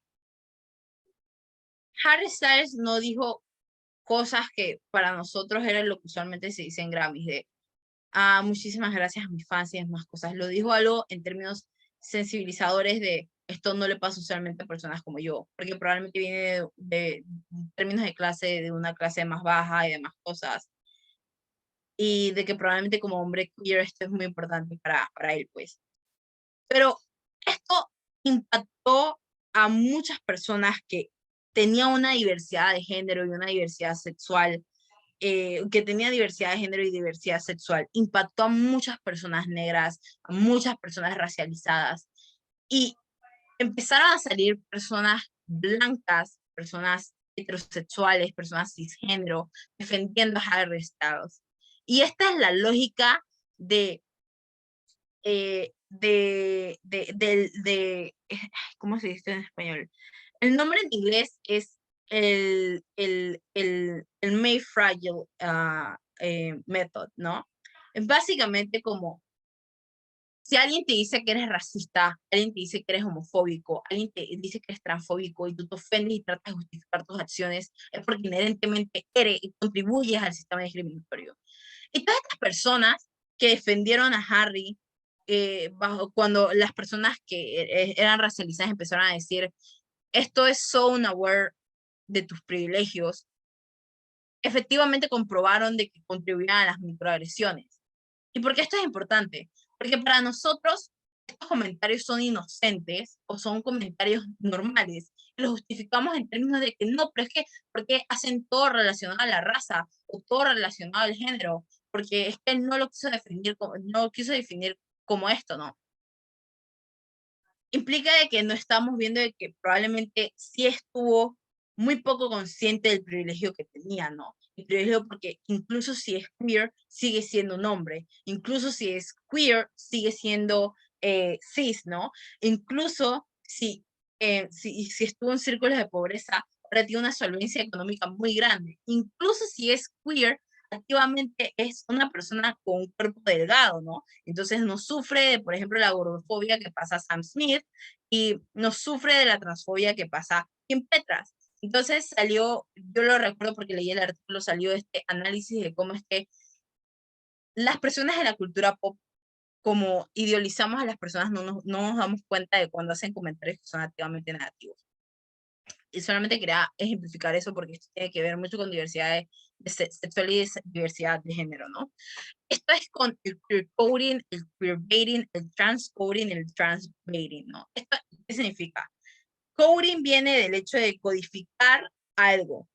Y esto lo vemos como, por ejemplo, en shows de los 60, 70, 80, 90 y early 2000, en cómo nosotros veíamos a personajes de televisión o leíamos libros que estas personas no eran activamente queer o trans, pero definíamos como fans o definíamos como personas que consumían de la cultura pop que esta persona es trans, esta persona es gay, esta persona no es hetero, ¿no? Pero no había una manifestación actual de que estas personas lo eran y no había como que una salida de closet de estas personas, pero había un queer coding y había un trans coding para que por el miedo de ser afectados eh, por el sistema homofóbico y transfóbico en el que vivimos, tenemos que codificar la representación, ¿no? Codificar la representación como, por ejemplo, y obviamente estereotipado, eh, esto, a Dead Name le gusta usar trajes, ¿no? Y estas cosas, ¿no? Pero, y existía esta lógica en esos tiempos que obviamente sopesaron en las narrativas negativas y los estereotipos de que asumíamos que alguien es queer y asumíamos que alguien es trans y entonces esto claramente afectó en gran medida a lo que conocemos como estereotipos, ¿no? Pero eso también fue relacionado y trajo de resultado el queerbaiting y el transbaiting, que es básicamente cuando alguien en sus redes sociales o alguien en la propia sociedad utiliza estereotipos queer, los asume, pero es hetero, pero es cis, ¿no? Y entonces se aprovecha de estos estereotipos em, para, para que las personas sientan empatía o utilice slurs que dentro de la comunidad que dentro de la comunidad LGBT es altamente problemático que alguien cis o que alguien hetero los diga porque nunca ha sido call out en la calle por este tipo de comentarios que son intrínsecamente negativos, pero los utilizamos por una narrativa de superación, de incluso si a mí me hacen el call out, yo me siento feliz con mi identidad de género, yo me siento feliz con mi orientación sexual. Estas personas utilizan estos estereotipos y los asumen y los vuelven sus personalidades de, es que yo soy así. O, por ejemplo, cuando RuPaul Drag Race hizo un hit, las personas que eran heteros empezaron a decir slay, o cosas que para nosotros es más como una personalidad, en donde dicen, no, pero es que yo soy hetero, pero yo amo a las personas queer, pero luego replicaban lógicas homofóbicas, ¿no? Todo esto es queerbaiting, transbaiting, por ejemplo, de que personas que son muy aware del hecho de que sean cis, se aprovechan de las luchas trans para poder tener un foco, ¿no? Esto se ve muchísimo, por ejemplo, en TikTok, por ejemplo, no se llama Nessa Barnett, es la otra, no me acuerdo el nombre, que utilizó a la comunidad trans para entonces tener un hit en términos de representación, en términos de representación, no, en términos de vistas, y esto es altamente negativo, ¿no? Él está Bury Your Gays, y esto es algo que es extremadamente problemático, porque esto lo vemos como representación dentro de la cultura pop. Esto lo vemos como, por ejemplo, el hecho de que hay una pareja queer en una película, pero no, o sea, no tenemos un desarrollo, o sí tenemos un desarrollo de esta pareja gay, eh, pero al final uno de los dos se muere, o al final los dos se mueren. Y no hay un final feliz para estas personas que son queer o que son trans, porque la lógica es, las personas que son parte de la comunidad LGBT no tienen finales felices. Y obviamente esto es problemático, porque, se me acaba de cambiar, porque, porque estas personas están en todas sus capacidades para tener un final feliz, pero repitamos estas ideas de que no lo merecen o de que no lo pueden tener, y por eso al final hacemos que terminen en series, o hacemos que se separen en series, o hacemos que mueran en los libros y otras cosas que son activamente negativas, porque significan cero representación positiva de las parejas queer o de las personas trans dentro del media y de la cultura pop. La heteronormatividad y la cisnormatividad. Esto se ve como el estereotipo de que es que no es normal que tú no seas hetero, o no es normal que tú no seas cis, porque o sea, las obvias narrativas homofóbicas y transfóbicas de que lo normal es esto y tú estás fuera de lo normal, creo que eso no lo necesito explicar. El straight washing y el tokenismo. ¿Esto qué significa? El straight washing es básicamente que utilices a alguien que es queer en la cultura pop, en la televisión, en los libros, le das un straight wash. Es decir, si esta persona se había hecho su bottom surgery, decir mágicamente o tú utilizar la imagen de este personaje y decir, ya no lo va a hacer porque ya no se siente identificada con este, ¿no? Pero tú no eres el escritor del libro o el productor de la serie, sino que tú como fan asumes de que lo podemos straight washear o lo podemos cis washear porque es lo normal, y esto está muy ligado a la heteronormatividad y a la cisnormatividad. Y luego está el tokenismo. Y el tokenismo es esa constante vista dentro de series y dentro de películas y dentro incluso eh, dentro de libros, en donde te ponen un personaje que es queer o trans y no tiene nada de desarrollo a lo largo de esto, absolutamente nada de desarrollo, nada más sabemos de que existe y de que es una minoría de diversidad sexual y de género. Y luego mágicamente sacaba la serie, sacaba la película o sacaba el libro, y no tenemos un desarrollo de esto. Esta es la lógica de la representación por cuota y no por desarrollo, ¿no? Y esto activamente es negativo porque para que las personas empaticen, necesitan lógicas de empatización. Necesitan realmente entender porque hay que empatizar con estas personas. Y cuando tú tienes las capacidades de hacer una serie en donde podamos ver esto, o las capacidades de poder escribir un libro sobre esto, pero no lo haces, contribuyes a la falta de empatía, pero también contribuyes a a la poca capacidad de sopeso de las narrativas negativas, ¿no? Y por eso es que el tokenismo es altamente negativo, porque las personas consumen activamente la cultura pop que se ha alimentado en base a la diversidad sexual y la diversidad de género, pero nunca hay un desarrollo de estas personas que son minorías de ello, ¿no? Luego está la prisma de género y la interseccionalidad. La prisma de género contribuye al hecho de que hay personas que no son cis y que tampoco son transfemeninas ni transmasculinas, sino de que hay personas que son algo debajo, o alguna minoría debajo del paraguas trans y debajo del paraguas no binario.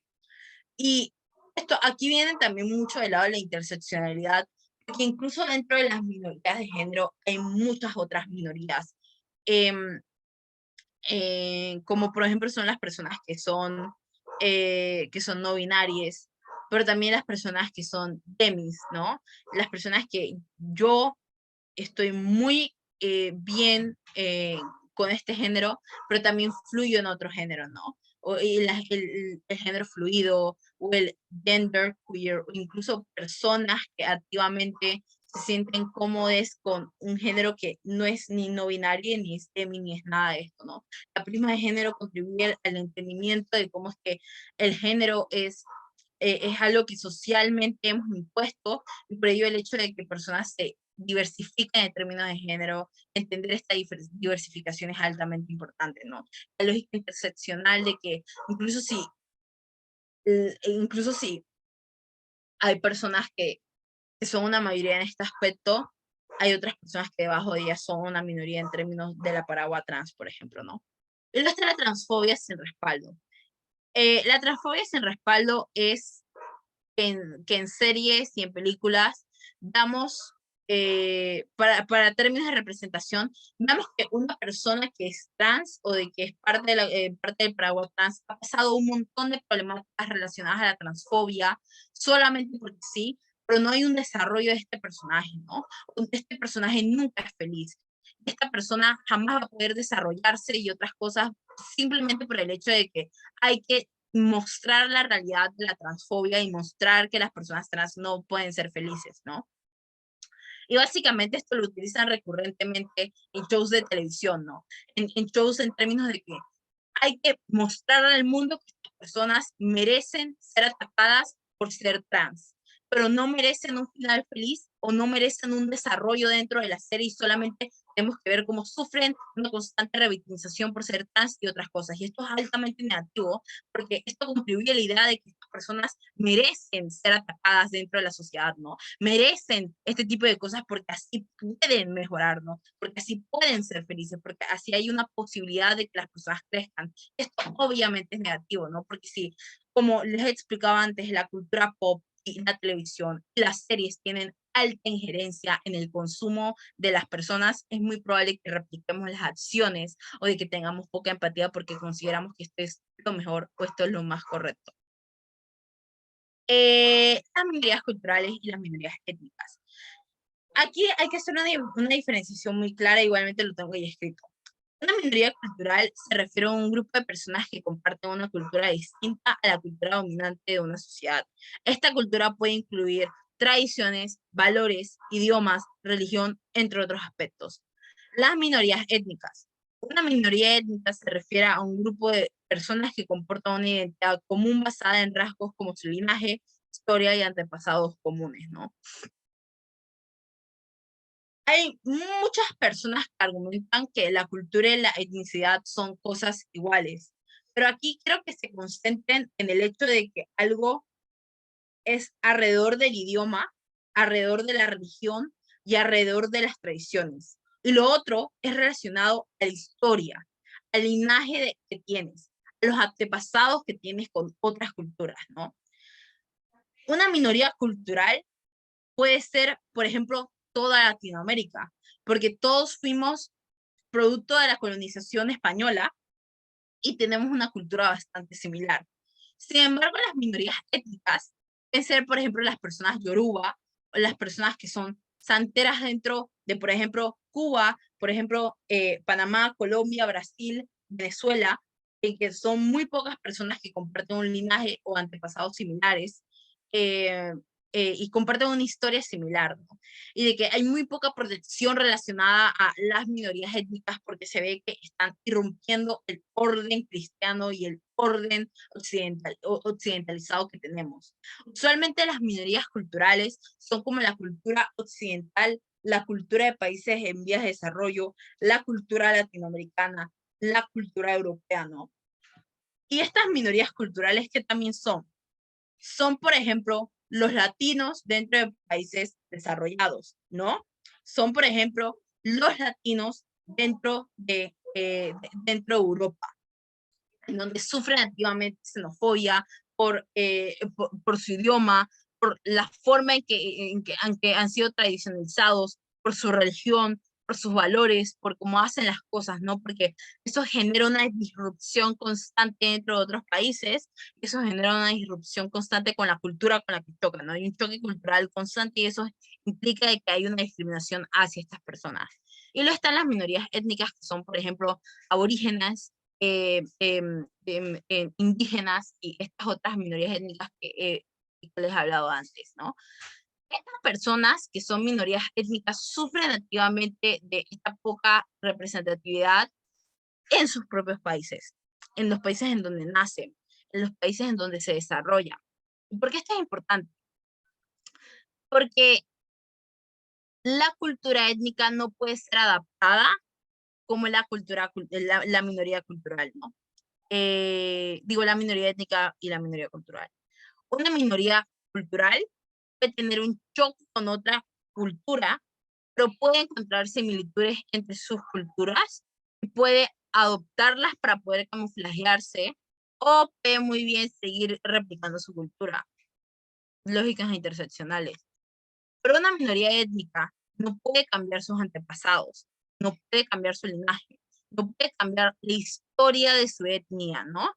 No puede cambiar la represión que existe constantemente a lo largo de su vida, porque no puede cambiar la cuna en que nació, no puede cambiar su linaje, no puede cambiar su sangre y su familia y otras cosas, ¿no? Y obviamente, gracias, y obviamente esto es activamente negativo, porque vemos que las personas que son minorías étnicas se merecen la discriminación que sufren porque no son parte del todo, no se puede adaptar al todo, porque su linaje es distinto. Es la misma lógica que las personas racializadas, ¿no?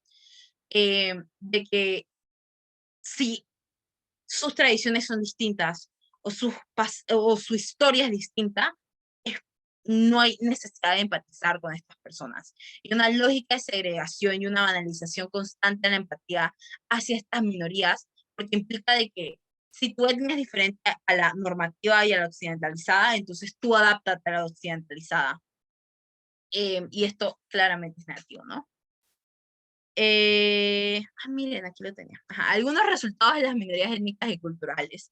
Es la pérdida de identidad cultural, ¿no? Esto, como les explicaba, del camuflaje, de que las personas que son latinas que migran a Estados Unidos tienen que camuflajearse en la cultura gringa y tener que, por ejemplo, dejar de celebrar sus tradiciones latinoamericanas, por ejemplo, los mexicanos dejando de celebrar el Día de los Muertos en Estados Unidos, o por ejemplo, los mexicanos dejando siendo whitewash por los estadounidenses, porque así encajan en su cultura, ¿no? Las persecuciones étnicas. Esto, esto lo podemos ver como en Myanmar, ¿no?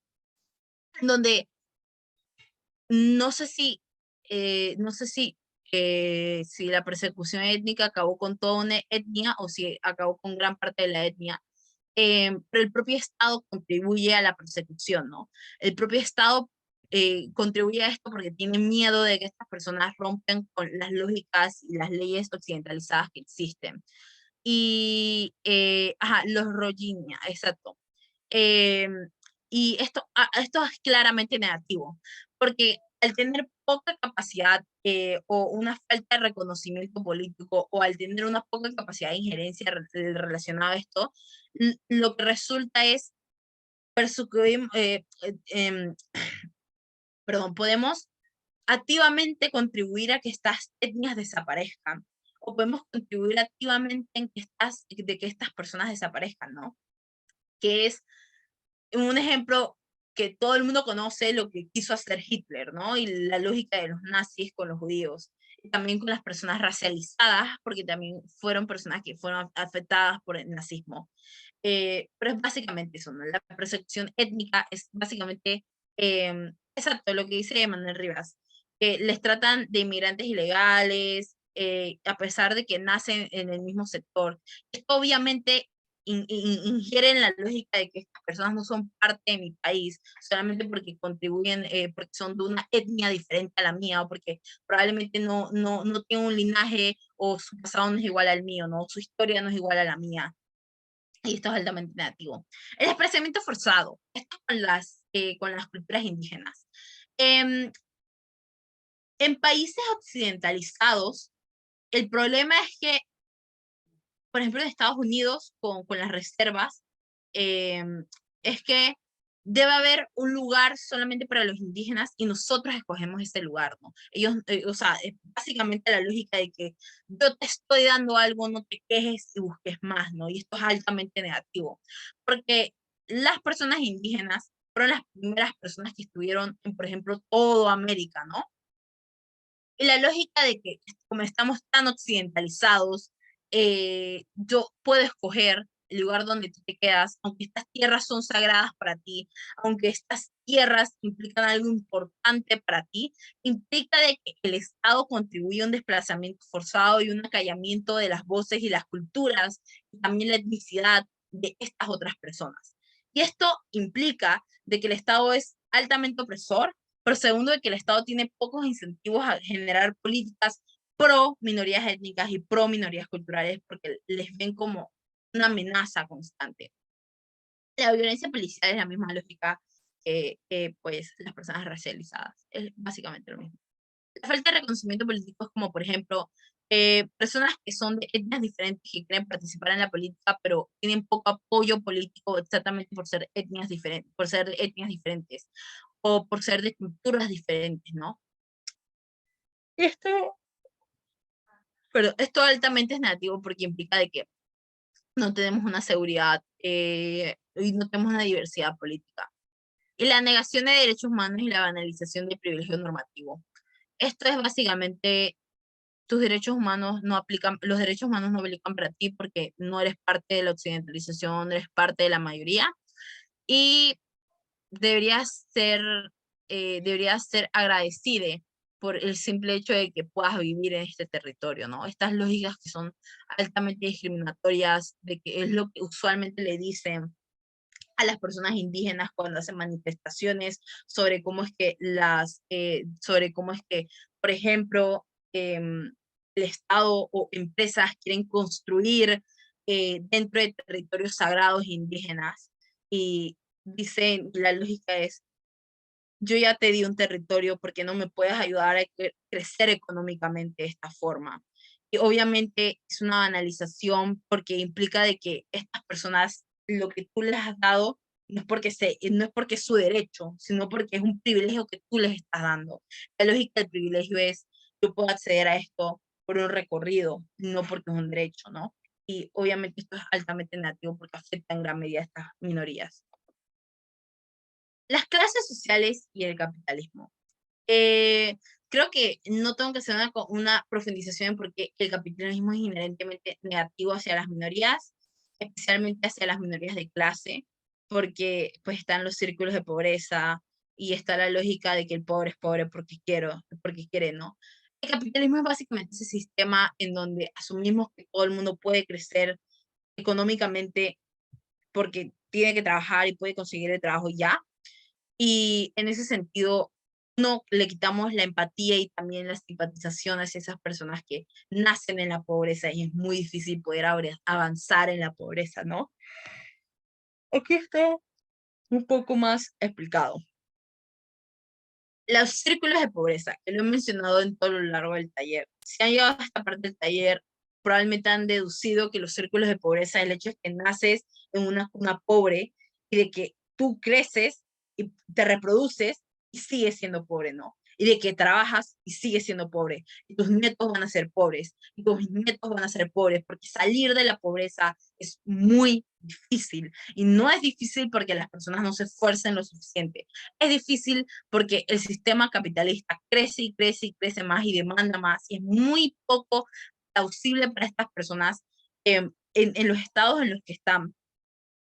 Usualmente son familias con muchos niños, que son familias que tienen una diversidad familiar muy grande, son familias grandes, son familias de 11 hijos incluso, que es lo que pasa usualmente en Panamá, en familias de clases bajas y de clase media baja, asumimos de que es que si todos trabajan, todos pueden llegar a ser, a tener el éxito, ¿no? Cuando no es tan fácil, exactamente por esa lógica de que es muy difícil poder llegar a ser clase media alta, pero es muy fácil poder ser clase baja, porque nada más tienes que perder tu trabajo y perder los beneficios activos que tienes. Por ejemplo, si yo soy alguien que es de clase media y trabaja y tiene un buen salario y puede pagar su mensualidad del carro y pagar la mensualidad de su casa, pero de la nada pierdo mi trabajo y pierdo esos beneficios y no tengo entrada económica, paso a ser clase baja. Porque si yo dejo de pagar el carro, si yo dejo de pagar la casa, dejo de tener techo. Si yo dejo de tener techo, dejo de tener seguridad. Porque entonces ahora voy a ser una persona homeless y voy a tener que ver cómo me las arreglo, ¿no? Y probablemente voy a tener que entrar en el sector informal, y probablemente voy a tener que hacer cosas descabelladas para poder conseguir empleo, para poder siquiera poder comer, ¿no?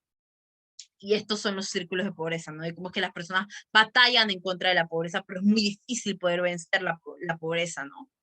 Y no está la insolencia de los pobres. O en la narrativa latinoamericana, el pobre es pobre porque quiere. ¿Y qué es la insolencia de los pobres? No solamente el hecho de que el pobre no se esfuerza, es el hecho de que la lógica de que los pobres son las sanguijuelas del Estado y de los ricos y piden y piden y piden y nunca es suficiente, ¿no? De que son unos mantenidos, pero ellos son unos insolentes. Cuando no vemos la realidad de que el Estado debe velar por la protección de todos sus ciudadanos, no solamente aquellos que les beneficia económicamente y políticamente el Estado, sino esas personas que son las que más sufren las decisiones del Estado, esas personas que no pueden acceder a la salud, a la educación, a, a una industrialización correcta, ¿no? Esas personas que sufren activamente de todas estas cosas negativas. Y obviamente se repite esta idea de que los pobres siempre piden de más. O qué insolencia la de los pobres en tiempos electorales que se compran con un pedazo de jamón, se compran con una cena, cuando para estas personas el hecho siquiera de poder tener esto es importante para ellos. Porque, y ojo, obviamente el clientelismo es malo, pero el hecho de que los políticos utilicen a las personas que son de clase baja para poder ganar votos, aprovechándose de un punto sentimentalista y un punto obviamente aprovechado de que no puedan acceder al jamón en épocas de Navidad o siquiera en épocas de todo el año para que puedan comer, implica de que el Estado y los políticos son muy conscientes del problema y no hacen nada, porque obviamente eso les apoya. Y, y eso es la lógica también del pesar del rico es la alegría del pobre.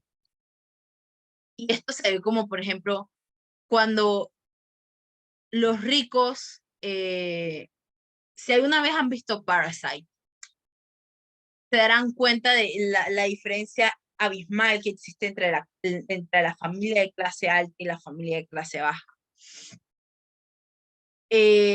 Por ejemplo, para muchas personas, para personas que son de clase alta, alta, el hecho de que haya tranqui porque esté lloviendo es horrible, porque implica que van a llegar tarde a su trabajo y hay una lógica de que no, esto me va a atrasar. Pero eso implica para algunas personas de que puedan bañarse, o de que puedan tener agua, de que siquiera puedan acceder a algo que quizás no está, de que no está limpio, pero puedan acceder a esto, ¿no? ¿Y esto qué implica? Implica de que las personas que son privilegiadas no se dan cuenta que ciertas cosas que son un pesar para ellas es la alegría para aquellas personas que no puedan acceder a, por ejemplo, el agua potable en México y que tienen que esperar a que llueva o que tienen que ver de dónde sacan agua para poder tomar o para poder bañarse, ¿no? O por ejemplo, el hecho de que los ricos no les guste que el Estado dé más subsidios, porque eso implica de que aumenten los impuestos, pero para aquellas personas que no trabajan, esos subsidios son importantes para poder seguir desarrollándose y creciendo y poder mantener a sus familias, ¿no? Y eso claramente ingiere en la desigualdad de las castas o ingiere en la desigualdad de las clases. La clase alta se queja de cosas que no son realmente un problema para la clase alta, mientras la clase baja llora y le llora al Estado, pero el Estado no le hace caso a la clase baja porque su hijo favorito es la clase alta, porque la clase alta le da networking, porque la clase alta le da empresas, porque la clase alta le da le da el acceso que necesita, y tiene a los políticos, y tiene el dinero y la solvencia económica para poder fomentar más cosas, pero las clases pobres no. Es como esa lógica de que los padres siempre tienen un favorito y uno se da cuenta de cómo los tratan, ¿no? El hijo favorito del Estado jamás van a ser las personas pobres o las personas de clase baja, porque no le atribuyen casi nada al Estado bajo las lógicas capitalistas, en términos de que, en términos de que la clase baja necesita el apoyo del Estado, pero el Estado no quiere apoyar, el Estado quiere recibir, ¿no? Porque sienten que ya están dando mucho. Y obviamente esto es negativo. Y el sistema de discriminación en la economía violenta, eh, en los impuestos altos en los países, la subida enorme de precios de, por ejemplo, el agua, de, por ejemplo, la comida, de, por ejemplo, los medicamentos, eh, esto, el poco acceso a los hospitales y todas estas otras cosas que obviamente afectan a las personas, especialmente la clase baja. Eh, Esto es más que nada todo lo que les he explicado en un wrap-up de cómo el sistema es discriminatorio y cómo la economía violenta a las personas que son de clase baja. Y también el poder de la tierra. Y el poder de la tierra es el poder de tener un techo seguro, el poder de acceder a una casa, el poder de poder pagar una casa. El hecho de que tú tengas acceso a esto implica sí o sí que tienes un privilegio que otras personas no tienen. Y esto lo vemos como, por ejemplo, cuando vemos casas improvisadas en el corredor, o casas improvisadas en la calle, o casas improvisadas debajo de puentes, ¿no? El poder de la tierra, el poder de que sí o sí, para tener una vida digna como la conocemos y como la socializamos, necesitas tener dinero. Si no lo tienes, entonces hay lógicas anti-homeless de buenas, hay unas personas que están durmiendo por allá y me siento inseguro, que pasa usualmente en zonas de clase media alta y clase alta. O buenas, hay personas aquí que me siento amenazado y me pueden robar, cuando esas personas están durmiendo en la calle y ni siquiera te están prestando atención, ¿no? El poder de que la tierra ahora vale algo, cuando la tierra era de todos. Y el hecho de que la tierra valga algo implica que la tierra es únicamente de los ricos. Y si los ricos pueden adquirir toda la tierra, pueden adquirir todos los bienes, entonces los que más nos vemos afectados son aquellas clases más bajas que los ricos, pero sobre todo esas clases que no tienen el acceso a siquiera poder soñar con poder acceder a la tierra, ¿no? Y ese es todo el taller. Ahora, si tienen alguna pregunta, me la pueden hacer. Yo sé que ha sido un taller bastante amplio, pero es más que nada porque era un tema bastante amplio. Así que igualmente creo que todos me conocen, me pueden hacer preguntas o cualquier otra cosa por mi chat privado. Y, y ya, esto era un taller intensivo y me lo tomé muy a pecho, así que lo hice muy intensivo. Em, pero muchísimas gracias a todos por haber venido. Asumo que no hay preguntas porque no van nada en el chat. Y muchísima suerte en las rondas eliminatorias de este sábado. Gracias. Todo claro.